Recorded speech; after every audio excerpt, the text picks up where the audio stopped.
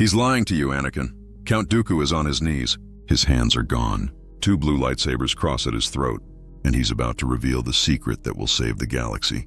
Chancellor Palpatine is Darth Sidious. 5 words. That's all it takes. 5 words spoken by a dying Sith Lord, and suddenly everything changes. The Empire never rises. Darth Vader never exists. The Jedi survive, but why? Why would Dooku betray his master? What could possibly make a Sith Lord choose the light in his final moments? The answer will shock you, because this isn't just about one betrayal. It's about realizing you've been a pawn all along. It's about watching your master groom your replacement right in front of you. It's about understanding too late that you were always meant to die here, that your entire purpose was to corrupt Anakin Skywalker by dying at his hands. Dooku sees it now, Palpatine's yellow eyes gleaming with anticipation. Anakin's rage barely contained, the trap perfectly set. This was never a rescue mission. It was a test, and Dooku is the sacrifice. But what if he refuses to play his part? Aboard the falling Separatist flagship Invisible Hand, above the burning skies of Coruscant, that's exactly what happens. Dooku looks past Anakin to his master, sees the calculation in those Sith eyes, and makes a choice. Not the choice of a Sith desperate to survive. The choice of the Jedi Master he used to be. Good, Anakin. Good, Palpatine says from his chair. Kill him now. Anakin hesitates. The blades tremble. I shouldn't do it, and that's when Dooku speaks. When he shatters the illusion. When he changes everything. Listen to me. He's been lying to all of us. He created this war. He controls both sides. The Republic and the Separatists, they're both his puppets. And you, Anakin, you're his next apprentice. The words hang in the air like a thermal detonator. Anakin's eyes narrow. Confusion, disbelief, but also recognition. Because deep down, some part of him already knows. That's absurd, Palpatine says smoothly. The Count is desperate. He'll say anything to save himself. Then ask him to prove it, Dooku presses. Ask him to open himself to the Force. If I'm the only Sith here, he should have no problem. Silence. Deafening silence. And in that silence, Palpatine's mask begins to crack. You can feel it through the Force, can't you, Anakin? That darkness rolling off him? He's been hiding it from you. From all the Jedi. For years. This is where our story truly begins. Not with armies clashing or politicians scheming, but with one man's desperate gamble. One last chance at redemption. One final choice between darkness and light. And the consequences? They'll reshape the entire galaxy. But to understand just how massive this moment is, you need to know who Dooku was before this. Because his betrayal isn't random. It's been building for years. Festering in the back of his mind every time he caught Sidious watching Anakin with those calculating eyes. Every time he realized his usefulness was running out. Count Dooku wasn't always Darth Tyrannus. Once, he was one of the greatest Jedi Masters in the Order. Student of Yoda, teacher of Qui-Gon Jinn, elegant, brilliant, idealistic. He saw the corruption in the Republic, the rigidity in the Jedi, and he thought he could fix it. When Qui-Gon died on Naboo, killed by a Sith that supposedly didn't exist anymore, Dooku broke. He left the Order, reclaimed his noble title, and fell straight into Sidious's web. Sidious promised him change. Real change. The power to actually fix what was broken. And for years, Dooku believed it. He led the Separatists, waged war, trained assassins, all because he thought they were building something better from the Republic's ashes. But slowly, the truth revealed itself. This wasn't about reform, it was about domination. Sidious didn't want to fix the Republic. He wanted to replace it with an empire, with himself as emperor. And every move, every battle, every death, it was all calculated to grant him absolute power. Dooku watched as idealistic separatist worlds were used as cannon fodder. He watched as Sidious played both sides against each other like a puppet master. And worst of all, he watched as his master's attention shifted to Anakin Skywalker. The chosen one. Young, powerful, vulnerable. Everything Sidious needed in an apprentice. And Dooku? He was yesterday's model. Expendable. Our story begins during the Battle of Coruscant, in those fateful moments aboard the Invisible Hand.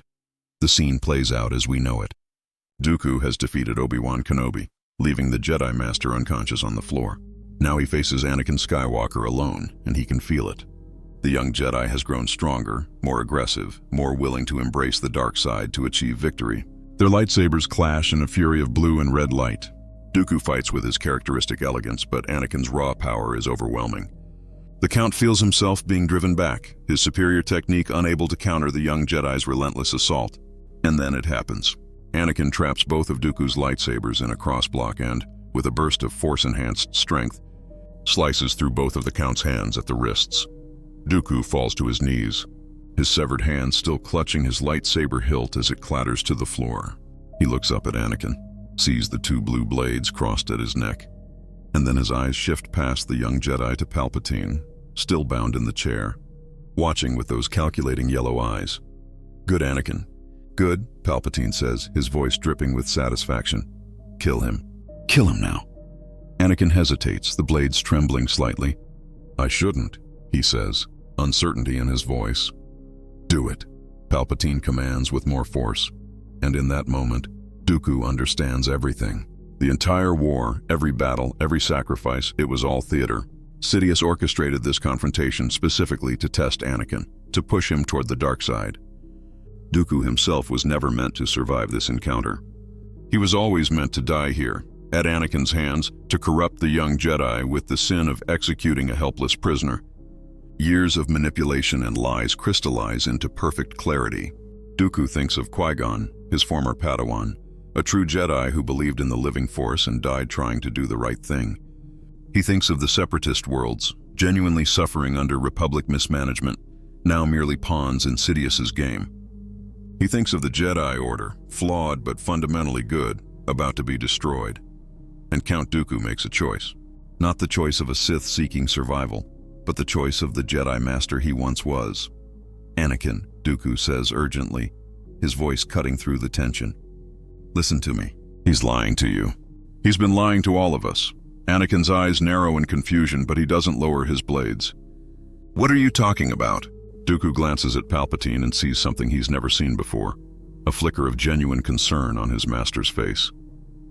The Supreme Chancellor is afraid. Afraid that Dooku will reveal the truth. That fear gives Dooku strength.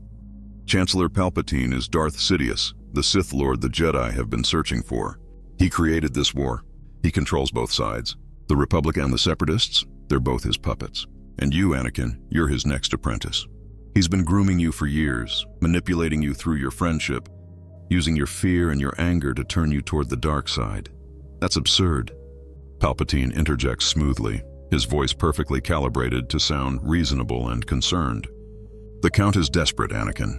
He'll say anything to save himself. You can sense his deception through the Force, but something in Anakin's expression shifts. He's thinking, remembering, all those private conversations with Palpatine, the way the Chancellor always seemed to understand him better than the Jedi Council, the stories about the dark side and its power. Can you feel it through the Force?" Dooku presses. "Reach out with your feelings, not your anger. Look at him. Really look at him." Anakin turns his gaze to Palpatine, and for the first time, he opens himself fully to the Force, pushing past the chaos of battle and his own emotional turmoil. And there it is, a roiling darkness, ancient and malevolent, emanating from the kindly old man in the chair. The truth hits Anakin like a physical blow. His lightsabers waver. "No," Anakin breathes. "No, it can't be." Palpatine's expression hardens. He knows the game has changed. "Anakin, you're allowing yourself to be manipulated. This man is a Sith Lord. Of course he's steeped in the dark side. He's trying to confuse you, to save his own life.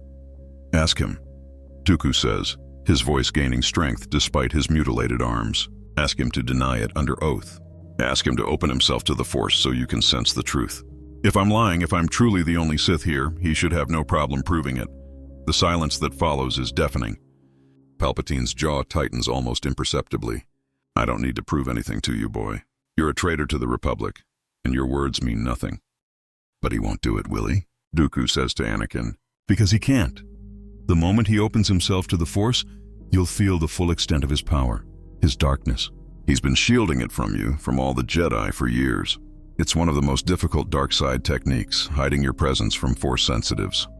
Only a Sith Master could maintain such a deception for so long." Anakin is torn.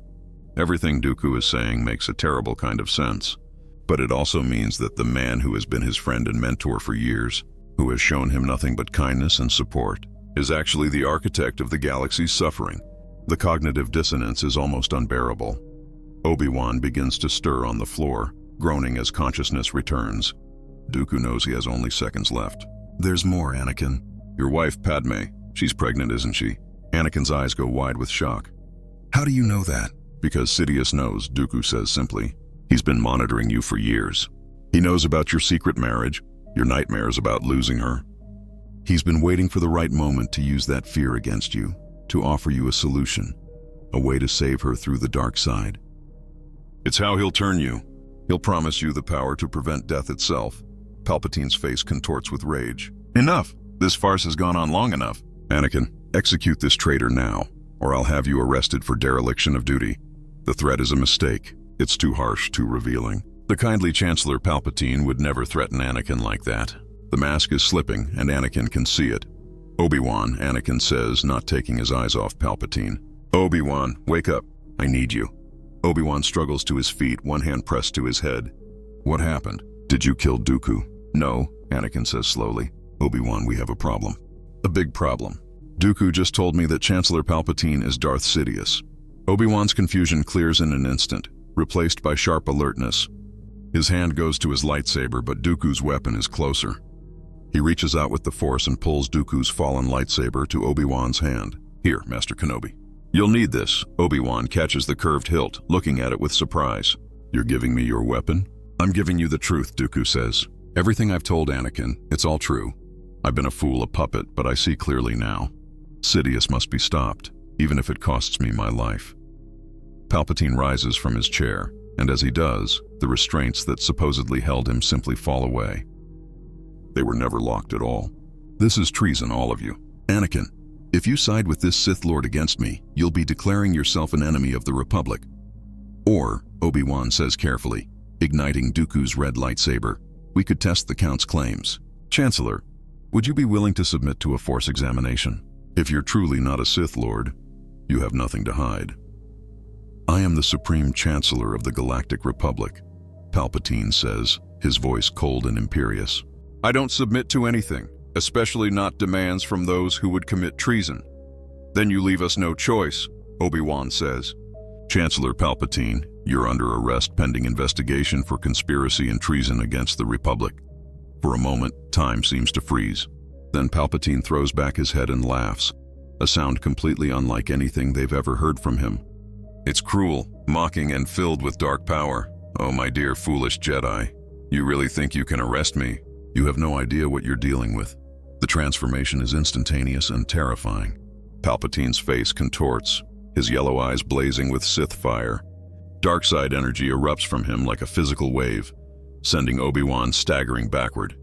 The elderly facade melts away, revealing the true face of Darth Sidious, twisted by decades of immersion in the dark side. I am the Senate, Sidious snarls, and you are all dead. His hands shoot forward and lightning, pure blue-white Force lightning, erupts from his fingertips. Obi-Wan barely manages to raise Dooku's lightsaber in time, the blade catching the lightning and redirecting it. But the force of the attack drives him to one knee, his muscles screaming in agony. Anakin moves without thinking, his own blue blades coming up to defend his former master. Together they hold back the lightning, but just barely. Sidious's power is overwhelming, greater than anything either of them has faced before. Dooku, still kneeling and handless, reaches deep into the Force. He can't wield a lightsaber anymore, but he's a master of the Force itself. He channels his remaining strength into a powerful Force push, directing it at Sidious from the side. The Sith Lord is forced to break off his lightning attack to defend himself, creating a shimmering Force barrier that absorbs Dooku's strike. Impressive, my old apprentice, Sidious says. But futile. You're unarmed and maimed. What do you think you can possibly do? What I should have done years ago, Dooku replies. Choose the right side. The ship suddenly lurches violently. They're descending toward Coruscant's atmosphere, and the invisible hand is breaking apart. Structural supports groan and snap. Debris begins falling from the ceiling. We need to leave now, Obi-Wan shouts over the chaos. But Sidious isn't retreating. Instead, he advances, his lightsaber snapping into his hand from within his robes. The crimson blade ignites, and he moves with a speed that defies his apparent age, launching himself at Obi-Wan with a flurry of strikes that force the Jedi Master back toward the edge of the platform. Anakin attacks from the other side, his two blades working in perfect coordination. For a moment, the three combatants are locked in a deadly dance, lightsabers clashing in bursts of red and blue light. But Sidious is a master duelist, trained in all 7 forms of lightsaber combat. He parries Anakin's overhead strike, redirects Obi-Wan's thrust, and counters with a spinning attack that nearly takes both their heads off. Dooku watches helplessly, his severed wrists throbbing with agony. He needs to help, but how? Then he sees it. The chair Palpatine was sitting in, heavy durasteel on a repulsor platform.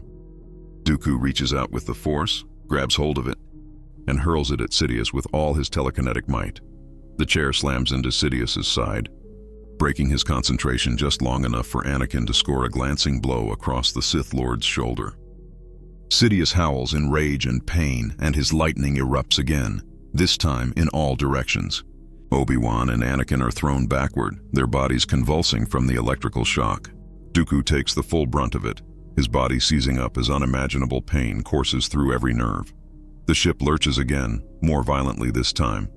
They're falling faster now, the invisible hand's structural integrity completely compromised. Fire erupts from ruptured fuel lines.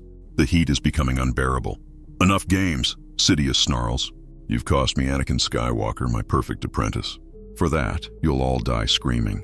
He raises both hands, preparing to unleash a killing burst of lightning, when suddenly the entire section of floor beneath him explodes upward.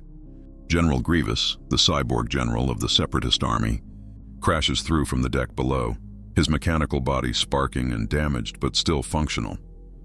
"Master," Grievous rasps, his vocabulary damaged, "the ship is lost. We must evacuate." Sidious snarls in frustration. He could finish them now, but doing so would likely cost him his own life. The ship is seconds away from complete destruction. With a gesture of pure hatred, he force pushes Grievous toward an escape pod shaft and leaps after him. "No!" Dooku shouts, trying to follow with the Force, but his strength is gone. He collapses, barely conscious. Obi-Wan staggers to his feet and runs to Dooku's side. "Can you walk?" "I can barely breathe," Dooku gasps. "Leave me." "Get Anakin to safety and warn the Council." "Not a chance," Anakin says, appearing at Dooku's other side. "You just saved our lives and exposed Sidious. You're coming with us." Together, the 2 Jedi lift Dooku between them and start running toward the nearest escape pod. The ship groans and screams around them, metal tearing, bulkheads collapsing. They can feel the heat of atmospheric re-entry beginning to build on the hull. They reach an escape pod just as a massive explosion rocks the ship. Obi-Wan throws Dooku inside, then helps Anakin in. He's reaching for the door controls when a piece of falling debris strikes him across the back. He falls forward into the pod, and Anakin slams the release. The pod explosively detaches from the dying ship and begins its automated descent toward Coruscant. Through the small viewport, they watch as the invisible hand breaks into 3 major pieces, each one trailing fire as it falls. Then their pod's rockets fire, stabilizing their descent, and they lose sight of the wreckage. Inside the cramped pod, the 3 of them catch their breath. Dooku leans against the wall, his complexion gray with pain and shock. Obi-Wan has a nasty burn across his back. Anakin is the least injured, but his mind is reeling from the revelations of the last few minutes. "Palpatine," Anakin says quietly. "All this time it was Palpatine. I should have seen it," Obi-Wan says bitterly. "We all should have." "He was right there, in the heart of the Republic, and we never sensed him." "He's a master of deception," Dooku says weakly. "Hiding in plain sight was his greatest achievement. He's been planning this for decades, perhaps longer. The clone army, the war, the emergency powers granted to the Chancellor's office. It's all part of his design to transform the Republic into an empire with himself as emperor. We have to warn the Council immediately," Obi-Wan says. "The moment we land, Sidious will go into hiding, or worse, he'll accelerate his plans. We tell the truth," Dooku says simply, "and we prepare for war. Not the war we've been fighting, but a real war. The Sith against the Jedi, just as it was in ancient times." The escape pod begins its final descent, thrusters firing to slow their approach. Through the viewport, they can see the cityscape of Coruscant spreading out below them. Billions of beings going about their lives, completely unaware that their government has been controlled by a Sith Lord for years. The pod touches down on a landing platform near the Senate building. Emergency crews are already rushing toward them, having tracked the pod's descent. As the hatch opens and medics swarm in, Obi-Wan takes charge. "This man needs immediate medical attention," he says, indicating Dooku. "Both his hands have been severed." And we need to contact the Jedi Temple immediately. This is a matter of galactic security. Master Kenobi, one of the medics says, recognizing him. What happened up there? The reports are saying the Separatists tried to kidnap the Chancellor. The Chancellor, Obi-Wan says grimly, is the enemy we've been searching for. Now please get us a secure comm channel to the temple. Within minutes, they're in a secure medical facility and Dooku is being treated by a team of medical droids. His severed wrists have been sealed and are being prepared for prosthetic attachment. Anakin and Obi-Wan, meanwhile, are in an adjacent room, using a holoprojector to contact the Jedi Council. The blue holographic figures of Mace Windu, Yoda, and several other council members materialize around them. Master Kenobi, Mace says, his expression stern. We've received troubling reports about your escape from the Separatist flagship. What's your status? We're safe, Masters, Obi-Wan reports. But we have urgent news. We've discovered the identity of the Sith Lord who's been manipulating the Republic. The council members lean forward with keen interest. Tell us, Yoda says. It's Chancellor Palpatine, Anakin says. He's Darth Sidious. The silence that follows is profound. The council members exchange glances and Obi-Wan can sense their shock through the Force, even across the distance. A serious accusation this is, Yoda says slowly. Certain of this, are you? Count Dooku revealed it to us, Obi-Wan explains. He was about to be executed by Anakin on Palpatine's orders when he chose to betray Sidious instead. He told us the truth about Palpatine's identity, and when we confronted the Chancellor, he revealed himself. He attacked us with Force lightning and engaged us in lightsaber combat. There's no doubt, Masters. Palpatine is the Sith Lord we've been searching for. Mace Windu's expression is thunderous. This explains everything. The Clone Wars, the emergency powers, the way he's steadily accumulated authority. He's been engineering his own dictatorship. More than that, Anakin adds. Dooku claims that Palpatine has been manipulating me specifically, grooming me to become his new apprentice. He even knew about my marriage to Padme. This revelation causes another stir among the council. Your marriage, Master Windu says, is a matter we'll address later. Right now we must focus on Sidious. Master Kenobi, where is Count Dooku now? In medical custody, Obi-Wan replies. He's severely injured and being treated under guard. But Masters, I believe his defection is genuine. He saved our lives and gave us the information we needed to expose Sidious. Trust him, we should not, Yoda says firmly. A Sith Lord he is, regardless of his actions today. Under constant supervision he must remain. Agreed, Mace says. But his information is valuable. Master Kenobi, I'm dispatching a full security team to your location. You're to remain there with Dooku until they arrive. Anakin, return to the temple immediately. We need to convene an emergency session to determine our next move. What about Palpatine? Anakin asks. He's still out there. If we give him time, he'll disappear or fortify his position. We're aware of the danger, Mace says. But we can't simply storm the Senate and arrest the Supreme Chancellor without evidence and proper authorization. We need to handle this carefully, politically, as well as militarily. The Senate must be convinced that we're acting in the Republic's best interest, not attempting a coup. Dooku warned us about that, Obi-Wan says. He predicted that Sidious would try to frame this as a Jedi power grab. Then we must move quickly but carefully, Mace responds.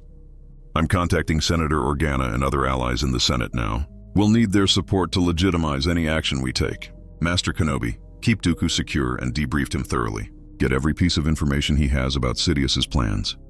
Yes, Master, Obi-Wan says. And Anakin, Yoda adds, speak with you privately. I must.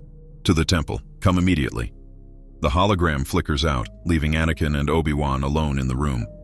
They look at each other and Obi-Wan can see the turmoil in his former Padawan's eyes. I almost killed him, Anakin says quietly. I almost executed Dooku without hesitation because Palpatine told me to. I was that close to crossing a line I couldn't come back from. But you didn't, Obi-Wan says, placing a hand on Anakin's shoulder. You hesitated, you questioned, and ultimately you made the right choice. That's what matters. But what if Dooku hadn't spoken up? What if he'd just let it happen? I would have murdered a helpless prisoner, Obi-Wan. I would have taken the first step toward becoming like Palpatine. But you didn't, Obi-Wan repeats firmly. Anakin, listen to me. We've all been manipulated by Sidious. The entire Jedi Order, the Senate, the Republic itself. He spent years, maybe decades, positioning his pieces. It's not your fault that you were vulnerable to his influence. What matters is that now you see the truth, and you're choosing to fight against him. Anakin nods slowly. but Obi-Wan can tell he's not entirely convinced. The young Jedi is going to carry this guilt for a long time. "Go to the temple," Obi-Wan says. "Talk to Master Yoda. I'll handle things here with Dooku." After Anakin leaves, Obi-Wan returns to the medical bay where Dooku is being treated. The Count is conscious now, sitting up in the medical bed with both arms ending in clean white bandages where his hands used to be. 2 Jedi temple guards flank the door, their yellow lightsaber pikes at the ready. "Master Kenobi," Dooku says as Obi-Wan enters, "I assume the Council wasn't pleased with my revelation." "That's an understatement," Obi-Wan replies, pulling up a chair. "They're convening now to determine our next move. In the meantime, I need you to tell me everything you know about Sidious's plans.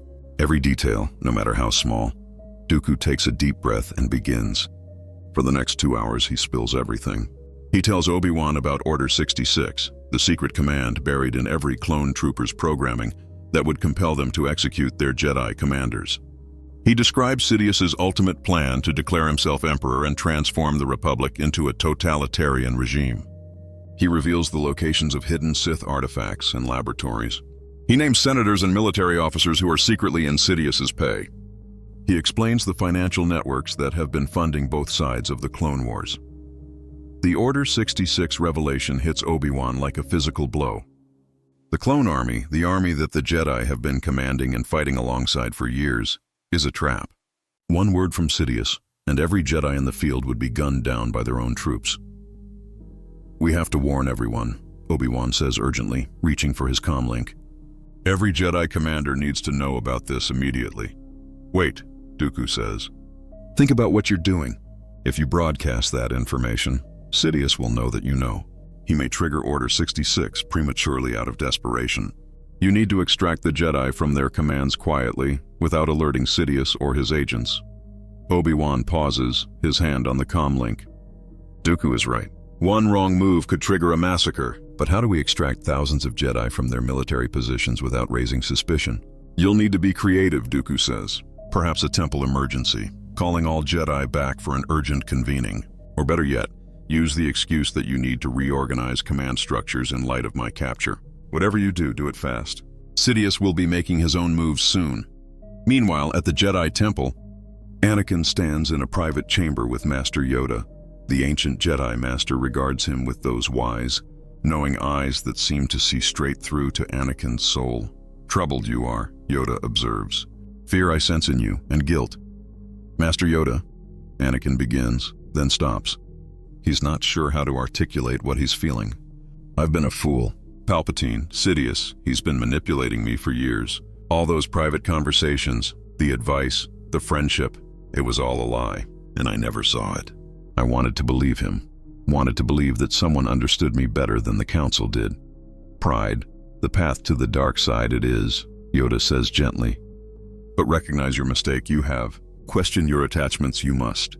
Your relationship with the Chancellor, based on genuine connection, it was not, but on what he could offer you. Power, understanding, validation. These things from within they must come, not from others." "I know," Anakin says. "I see that now. But Master, there's something else. Dooku said that Palpatine knew about Padme and me, about our marriage." "How much does the Council know?" "Know of your marriage, we do," Yoda admits. "Blind to your feelings for Senator Amidala, we have not been. But intervene we did not. A mistake, perhaps that was. Attachment, forbidden it is, but compassion, encouraged it must be. The line between them, difficult to see it can be." "I'm trying, Master." "But Padme, I can't just stop loving her. I won't. Ask you to stop loving her, I do not," Yoda says. "But ask you to release your attachment to her, I must. Love her without fear, without possessiveness. Trust in the Force. Trust that whatever happens, it will be as it should be." "Easier said than done," Anakin mutters. "Easy. The Jedi path has never been," Yoda agrees. "But the right path it is nonetheless." Back at the medical facility, Obi-Wan has contacted the Council with Dooku's information about Order 66. The response is immediate and decisive. Within the hour, a message goes out to all Jedi commanders in the field. There's a force plague spreading through Coruscant, and all Jedi are to return to the temple immediately for treatment and inoculation. It's a thin excuse, but it's the best they can do on short notice. Across the galaxy, Jedi Knights and Masters receive the message and begin extracting themselves from their military positions. leaving the clone commanders in temporary control of the Grand Army. Some planets are easy to leave. Others require careful diplomacy. But slowly, steadily, the Jedi begin returning to Coruscant. While this is happening, Senator Bail Organa arrives at the medical facility where Obi-Wan and Dooku are waiting. The senator from Alderaan is one of the Republic's most respected voices and a longtime friend of the Jedi Order. When Obi-Wan briefs him on the situation, Bail's normally composed expression crumbles into shock. "Palpatine is a Sith Lord," he repeats, as if saying it aloud might make it less true. "How is that possible? I've worked with him for years. I've seen him champion progressive causes, fight corruption, defend democracy. He's an actor," Dooku says from his bed. Perhaps the greatest actor the galaxy has ever known. Every public action, every speech, every policy decision, all calculated to build trust and consolidate power. The progressive causes he championed. They expanded his political base. The fights against corruption? They eliminated his rivals. The defense of democracy? It created the illusion of righteousness while he slowly strangled those very democratic institutions. But the Senate will never believe it, Bail says. Not without concrete proof. And even if they do believe it, they're terrified of him. He controls the military, he has emergency powers, and he has allies in every sector. If we move against him without overwhelming support, we'll trigger a civil war. A civil war is coming regardless, Obi-Wan says grimly. The question is whether we can control the terms of that war or whether Sidious will dictate them. Then we need evidence, Bail says. Hard evidence that proves beyond doubt that Palpatine is Darth Sidious. Dooku's testimony won't be enough. He's a known separatist leader and Sith Lord. Sidious will claim he's lying to save himself or to sow chaos. There is evidence, Dooku says. In Palpatine's office in the Senate building, hidden behind a false wall panel, there's a private chamber. He uses it for dark-side rituals and meditation. The room itself radiates dark-side energy. Any Force-sensitive who enters it will feel it immediately. And there are artifacts there, Sith holocrons, ancient texts, items that no legitimate Chancellor of the Republic would possess. Can you give us the exact location? Bail asks. Security codes, access routes? I can, Dooku confirms. But you'll need to be careful. The chamber is protected by traps and alarms that are directly linked to Sidious. The moment someone enters without his permission, he'll know. Then we need to be ready to move fast, Obi-Wan says. We access the chamber, we document everything we find, and we present it to the Senate before Sidious can spin a counter-narrative. I'll gather our allies in the Senate, Bail says. Senators who I trust completely. We'll prepare them for what's coming. When you're ready to present your evidence, we'll call for an emergency session. But there's another problem, Obi-Wan says. Sidious himself. He's still out there, free and dangerous. Even if we expose him, he's not going to surrender peacefully. We'll need to capture or neutralize him. That will require the full strength of the Jedi Council, Dooku warns. Sidious is more powerful than any Sith Lord in recent history. I've trained with him for years, and I've never seen the full extent of his abilities. He's held back, always kept something in reserve. When cornered, he'll be absolutely lethal. Then we'll be ready for him, Obi-Wan says with determination. The Council is assembling now. Once we have enough Jedi returned from the field, we'll make our move. Over the next 24 hours, the situation develops rapidly. Jedi from across the galaxy begin arriving at the temple in response to the false plague alert. Some come alone, others bring their clone battalions with them, unaware of the deadly programming hidden in their soldiers' minds. The temple becomes a fortress, with Jedi Knights standing watch at every entrance and Jedi Masters convening in constant council sessions. Meanwhile, Bail Organa works his political magic in the Senate. He quietly reaches out to senators he trusts, beings like Mon Mothma of Chandrila, Padme Amidala of Naboo, and Garmbel Iblis of Corellia. He doesn't reveal everything, not yet, but he prepares them for a coming storm. He tells them that evidence of corruption at the highest levels is about to be revealed and that they'll need to stand together to preserve the Republic. Padme, of course, is shocked to learn that Anakin is involved in something so dangerous. Bail doesn't tell her everything, doesn't reveal that Palpatine himself is suspected, but he tells her enough that she understands the gravity of the situation. She immediately offers her full support. At the same time, Palpatine is making his own moves. He appears on the holonet, looking shaken and disturbed, announcing that he narrowly escaped an assassination attempt by the Separatists. He praises the Jedi for their courage in rescuing him, but notes with concern that Count Dooku escaped during the battle. He calls for increased security measures and hints that the war may be entering its final, most dangerous phase. The public eats it up. Palpatine's approval ratings soar. He's the victim, the survivor, the brave leader who refuses to be intimidated by terrorists. The fact that he's actually a Sith Lord orchestrating everything from the shadows makes the performance all the more impressive and disturbing. But Palpatine knows something is wrong. He can sense it through the Force. The Jedi are gathering at their temple in unusual numbers. There's a shift in the currents of the Force, a building tension like the moment before a lightning strike. He doesn't know exactly what Dooku told them, but he knows his cover may be compromised.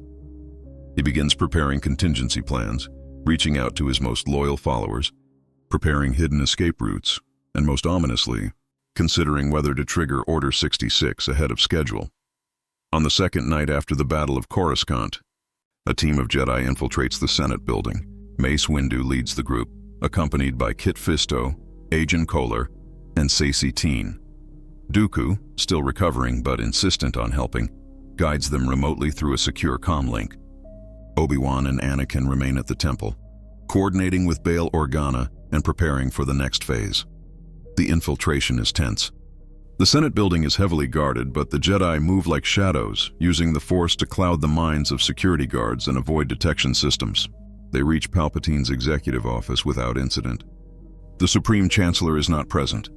He's at a public event celebrating Republic military victories. They have perhaps an hour before he returns. Dooku's voice crackles over the comm. The panel is behind his desk, left side, 3 meters up. You'll see a slight discoloration in the wall material. Press your hand there and channel the Force into it. The mechanism is designed to respond only to Force users. Mace Windu approaches the indicated spot and does as instructed. For a moment, nothing happens. Then the wall panel slides aside with a soft hiss, revealing a hidden passage beyond. The moment the passage opens, all 4 Jedi feel it, a wave of dark side energy so intense it makes their skin crawl. By the Force, Kit Fisto breathes.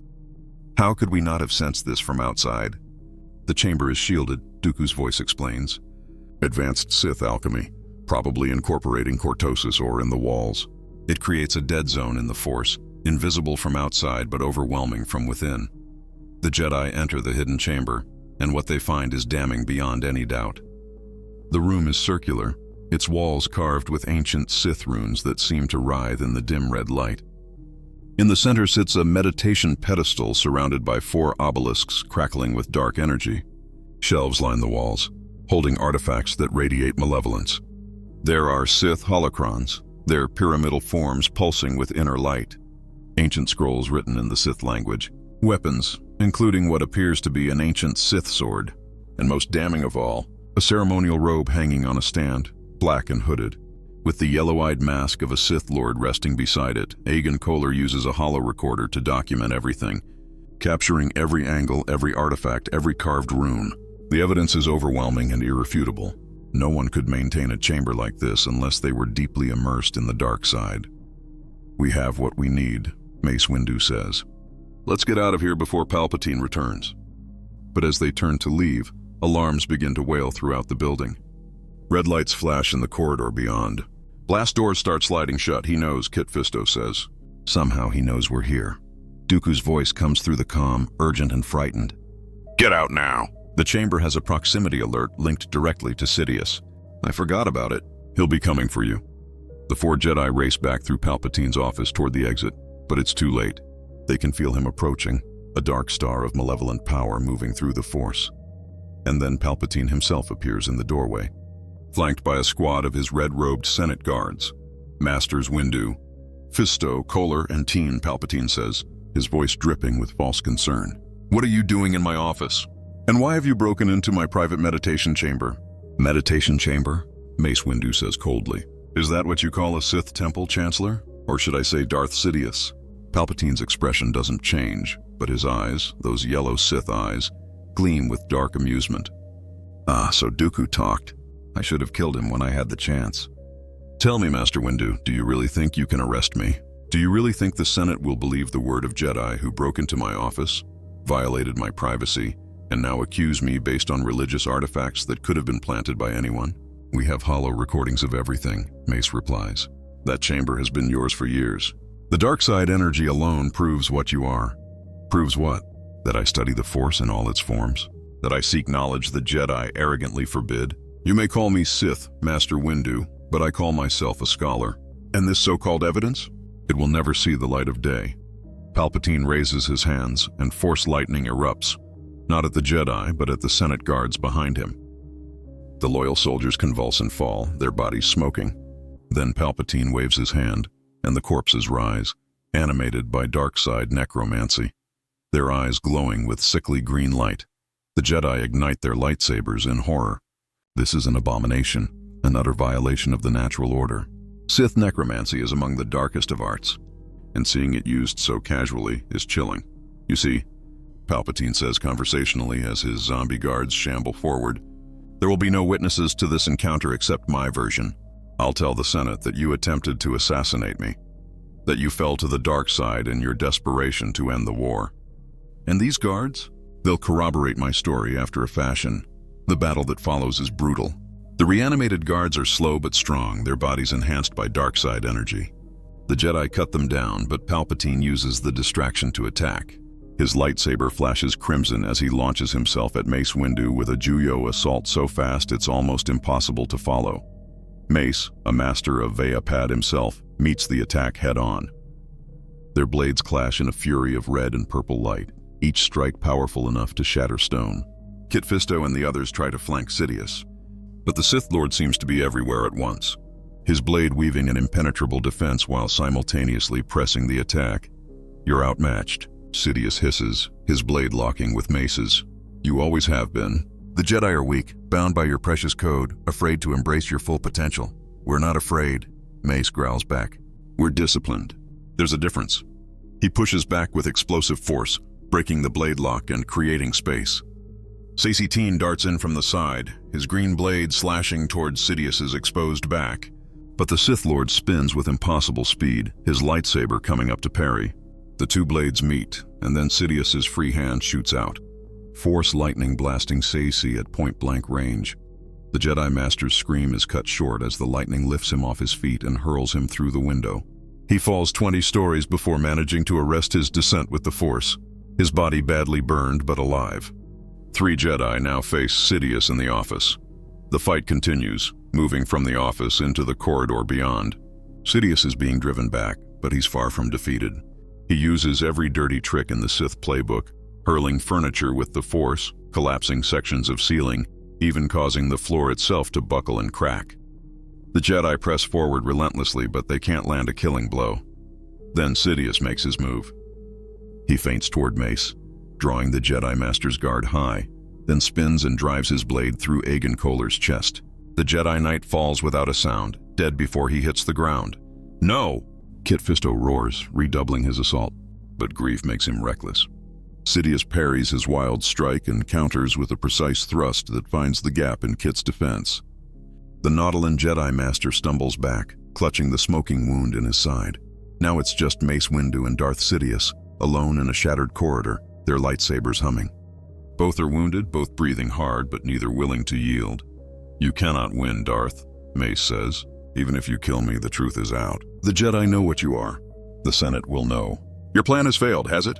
Sidious asks, and he actually smiles. Oh, Master Windu, you understand so little. My plan doesn't require secrecy anymore. I've already won. The Senate trusts me. The military answers to me. The people love me. Do you think a few Jedi accusations will change that? I'll spin this as a power grab, a desperate attempt by a failing order to seize control. And the people will believe me because they want to believe me. I represent order, security, peace. Peace? You've orchestrated a galactic war that's killed billions, and ended at will, on my terms. The Separatists will surrender or be destroyed. The Jedi will be revealed as traitors and eliminated. And I will bring order to the galaxy, an order that will last for 1,000 years, over my dead body, if you insist. They clash again, and this time there's no holding back. Mace channels the full power of Vayapad, turning Sidious's dark side energy back against him. The technique is risky, requiring the user to enjoy the fight, to skirt dangerously close to the dark side themselves. But Mace is a master of the form, and he wields it with precision. For the first time, Sidious is genuinely pressed. Mace's blade finds its mark, scoring a glancing blow across Sidious's shoulder, then another across his thigh. The Sith Lord is being driven back, his defense crumbling. In desperation, Sidious unleashes his full power. Force lightning erupts from both hands in a torrent of pure dark side energy. Mace catches it on his lightsaber blade, the purple energy crackling and sparking as it redirects the lightning. The sheer power is overwhelming, forcing Mace to one knee. You see? Sidious screams, his face contorting with rage and dark joy. This is the power of the dark side. Unlimited power! But Mace doesn't break. Slowly, agonizingly, he begins to stand, pushing back against the lightning. The purple blade of his lightsaber inches closer to Sidious, reflecting the lightning back toward its source. Sidious's eyes widen in shock and fear. He's putting everything he has into this attack, and it's not enough. With a final surge of will, Mace redirects the lightning fully back at Sidious.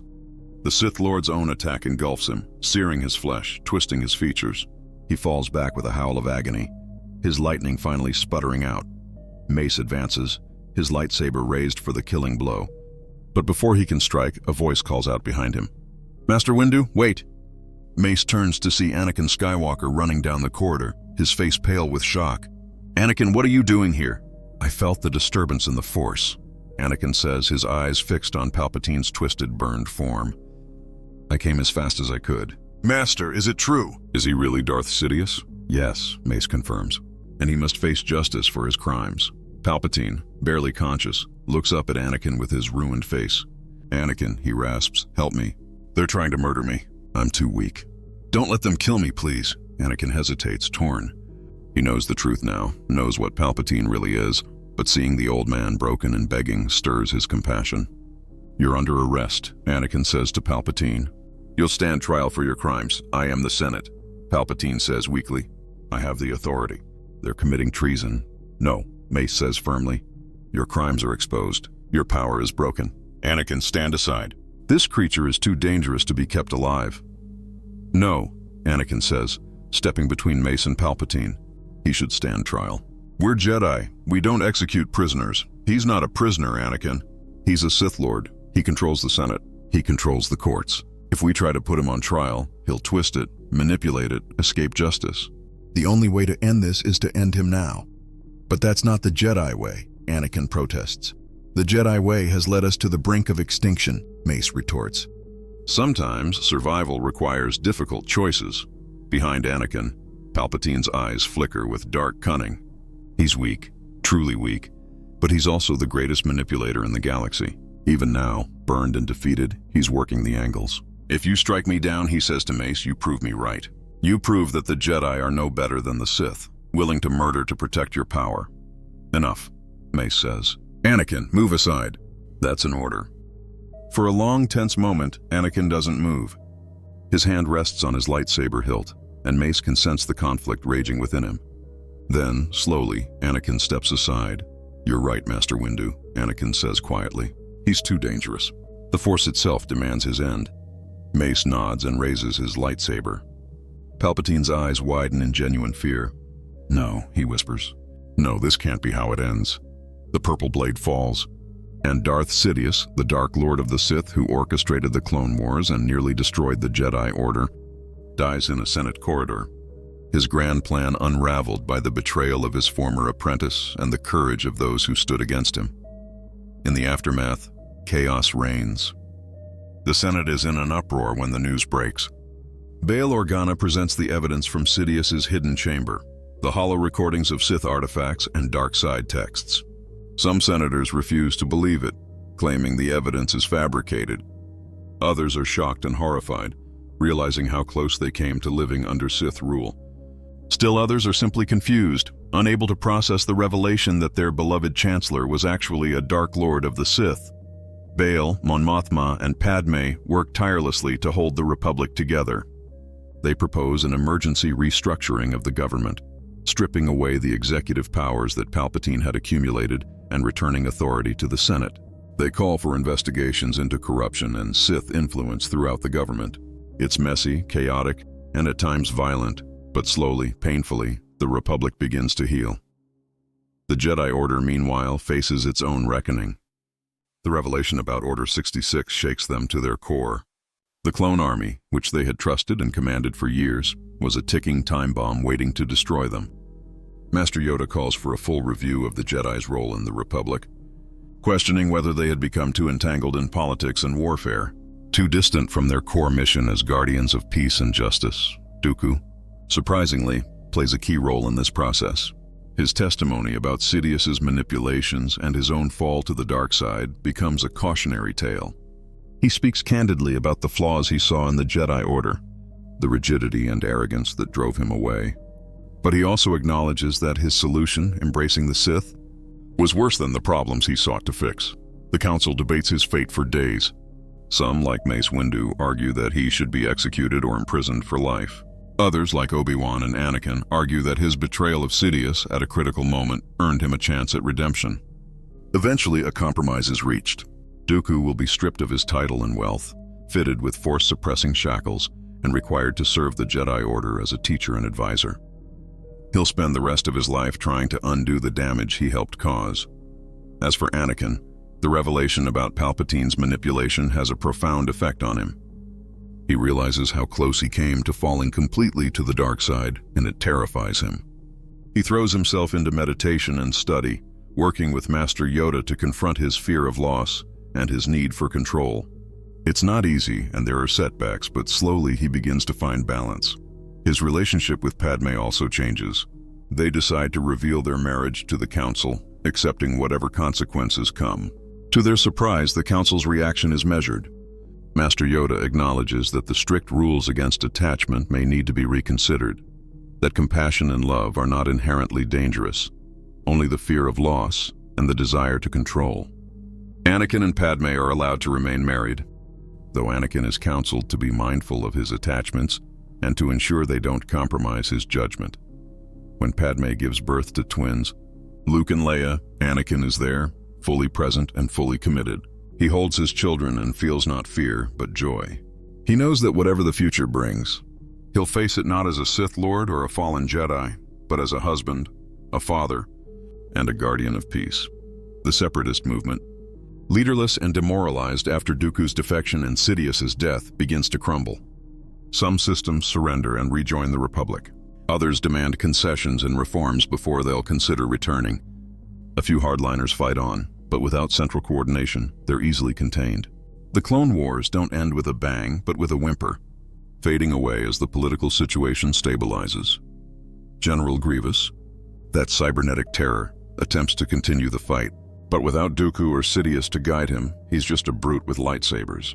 Obi-Wan tracks him down to Utapau and, in a fierce lightsaber duel followed by a blaster shot to his exposed organs, ends the cyborg general's reign of terror once and for all. The clone troopers present a complex problem. They're sentient beings, created for war but capable of so much more. The Republic, guided by Jedi advocacy and senatorial compassion, begins a program to decommission the clone army gradually. Clones are offered the choice to remain in a reformed military, to receive training for civilian professions, or to settle on frontier worlds where they can build new lives. It's not perfect, and many clones struggle with purpose and identity in a peacetime galaxy. But it's better than the alternative. As the months pass and the galaxy begins to recover, the Jedi Order undertakes a fundamental transformation. They establish new rules, new priorities. They'll still serve the Republic, but they'll no longer command armies or involve themselves so deeply in politics. They'll return to their roots as mediators, peacekeepers, and guardians of the Force. The rigid adherence to the old code is relaxed, replaced by a more flexible philosophy that values wisdom over dogma. Count Dooku, now simply Dooku, becomes one of the architects of this new approach. His unique perspective, having been both Jedi and Sith, gives him insights that few others possess. He teaches young Jedi about the dangers of arrogance and the importance of questioning authority, even their own. He's never fully trusted, and he wears force-suppressing cuffs as a constant reminder of his past. But he finds a measure of peace in service. One day, several years after the Battle of Coruscant, Obi-Wan visits Dooku in his modest quarters at the temple. The former Count is old now, his hair fully white, his face lined with age and regret. But there's a calmness to him that wasn't there before. "Master Kenobi," Dooku says, looking up from the datapad he's reading. "To what do I owe this visit?" "I wanted to thank you," Obi-Wan says simply. for what you did aboard the Invisible Hand. You saved Anakin, you saved me, and you saved the Jedi Order. I never properly acknowledged that. Dooku is quiet for a long moment. I did what I should have done decades ago. I chose the light over the dark, truth over lies. That's not heroism, Master Kenobi. That's simply being a decent sentient being. Perhaps, Obi-Wan says. But it took courage nonetheless. You gave up everything, your power, your position, your very identity, to do the right thing. That's the mark of a true Jedi. I'm not a Jedi anymore, Dooku reminds him, aren't you? Obi-Wan counters. You serve the Order, you teach the young, you use your knowledge for good. The title doesn't matter. What matters is the choice you make every day to stand in the light. Dooku smiles faintly. Perhaps you're right. Tell me, how is young Skywalker? Has he found his balance? He's getting there, Obi-Wan says. It's a daily struggle, but he's committed to it. He's a good father to his children, and he's become one of our finest knights. I think he's going to be all right. Good, Dooku says. That's good. The galaxy needs Jedi like him. Jedi who understand both the light and the pull of darkness. Who've been tempted and chose to resist. They talk for a while longer. Two old warriors reflecting on the war they survived and the peace they helped create. When Obi-Wan finally leaves, he feels a sense of closure. The galaxy is far from perfect. There are still threats, still darkness to be faced. But the Sith are gone, the Republic is healing, and the Jedi are finding a new path forward. In a quiet moment, Obi-Wan stands on a balcony overlooking the Coruscant sunset and thinks about how different things could have been. If Dooku hadn't spoken up, if Anakin had killed him on Sidious's command, if the truth had remained hidden even one more day, the galaxy would have fallen into darkness. But instead, one man made one choice and everything changed. That's the power of redemption, Obi-Wan thinks. It's never too late to choose the light, never too late to turn back from the edge of darkness and fight for something better. Count Dooku proved that, and in doing so, he saved not just himself, but the entire galaxy. And as the twin suns of Coruscant sink below the horizon, Obi-Wan smiles, knowing that the Force, in its infinite wisdom, had guided them all to this moment. The dark times that could have been will never come to pass. The empire that Sidious dreamed of will never rise. The Jedi Order will endure, reformed and wiser. And the galaxy, scarred but surviving, will have a chance to build a better future. All because one man chose to betray his master and embrace redemption. All because Count Dooku, in the most critical moment of his life, remembered who he truly was and chose to be that man again. A Jedi, a guardian of peace, a servant of the light. The end of this story is not an ending at all, but a beginning. The beginning of a new era, where the mistakes of the past are acknowledged and learned from, where the rigid ways of the old order give way to a more compassionate philosophy, and where beings like Anakin Skywalker, who walk the line between light and dark, are not cast out but embraced and guided. Count Dooku's legacy is complex. He's remembered as both a traitor who helped plunge the galaxy into war and a hero who prevented an even greater catastrophe. History will never fully forgive him for his crimes, but it will also never forget that when it mattered most, he chose the right path. And perhaps that's the most important lesson of all, that we're not defined by our worst moments, but by what we choose to do when given a chance to make things right. The Force, as always, remains in balance. The light and the dark continue their eternal dance. But in this timeline, the light shines just a little brighter, sustained by the courage of those who refused to give in to despair, who fought for what was right even when the cost was high, and who proved that redemption, no matter how unlikely, is always possible for those brave enough to seek it.